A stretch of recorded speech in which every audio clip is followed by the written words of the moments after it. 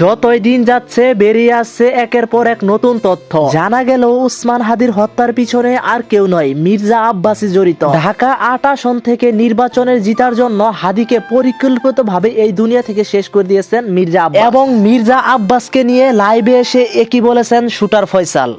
জানাবো আজকের এই ভিডিওতে একটি লাইক দিয়ে আমাদের এই ছোট্ট চ্যানেলটিকে সাবস্ক্রাইব করে ভিডিওটি না টেনে তোমরা সম্পূর্ণ দেখতে থাকো। হ্যাঁ বন্ধুরা, তোমরা ঠিকই শুনেছ, উসমান হাদিকে এই দুনিয়া থেকে শেষ করার আসল মাস্টারমাইন্ড ছিলেন মির্জা আব্বাস। উসমান হাদিকে এই দুনিয়া থেকে শেষ করে দিয়ে ঢাকা ৮ আসন থেকে এমপি হতে চেয়েছিলেন এই মাস্টারমাইন্ড মির্জা আব্বাস। গোয়েন্দা সূত্রে জানা গিয়েছে, হাদিকে এই দুনিয়া থেকে শেষ করে দেওয়ার জন্য শুটার ফয়সালকে ১২৭ কোটি টাকা দিয়েছিলেন মির্জা আব্বাস, এবং মির্জা আব্বাসের ব্যাংকেই এসব লেনদেন করেছিলেন শুটার ফয়সাল।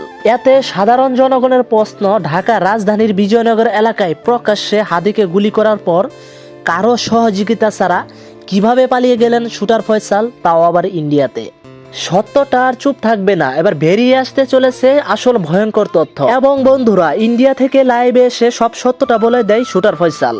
ফয়সাল বলেন, উসমান হাদিকে শেষ করার পরিকল্পনা এবং মাস্টারমাইন্ড ছিলেন মির্জা আব্বাসও জড়িত। আমি শুধু টাকার বিনিময়ে উসমান হাদিকে এই দুনিয়া থেকে শেষ করে দিয়েছি, আর কোনো উদ্দেশ্য ছিল না আমার। তিনি লাইভে এসে আরো বলেন, এই টাকাগুলো আমি লেনদেন করেছি ঢাকার ব্যাংকে, সেই ব্যাংকটির মালিক হচ্ছে মির্জা আব্বাস। শহীদ উসমান হাদি এই দুনিয়া থেকে বিদায় নিয়েছেন প্রায় অনেক দিন হলো, কিন্তু এখনো তাদের আসামিদেরকে গ্রেপ্তার করা হলো না বা কোনো শাস্তি দেওয়া হলো না।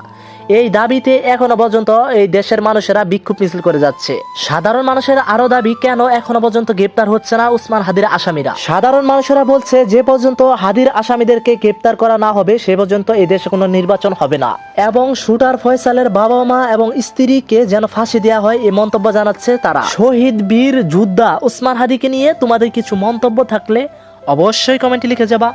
আপডেট ভিডিও পেতে তোমাদের কাছে ছোট্ট একটি রিকোয়েস্ট করি ভাই, আমাদের এই ছোট্ট চ্যানেলটিকে সাবস্ক্রাইব করে দিয়ে সাথে থাকবা। ধন্যবাদ।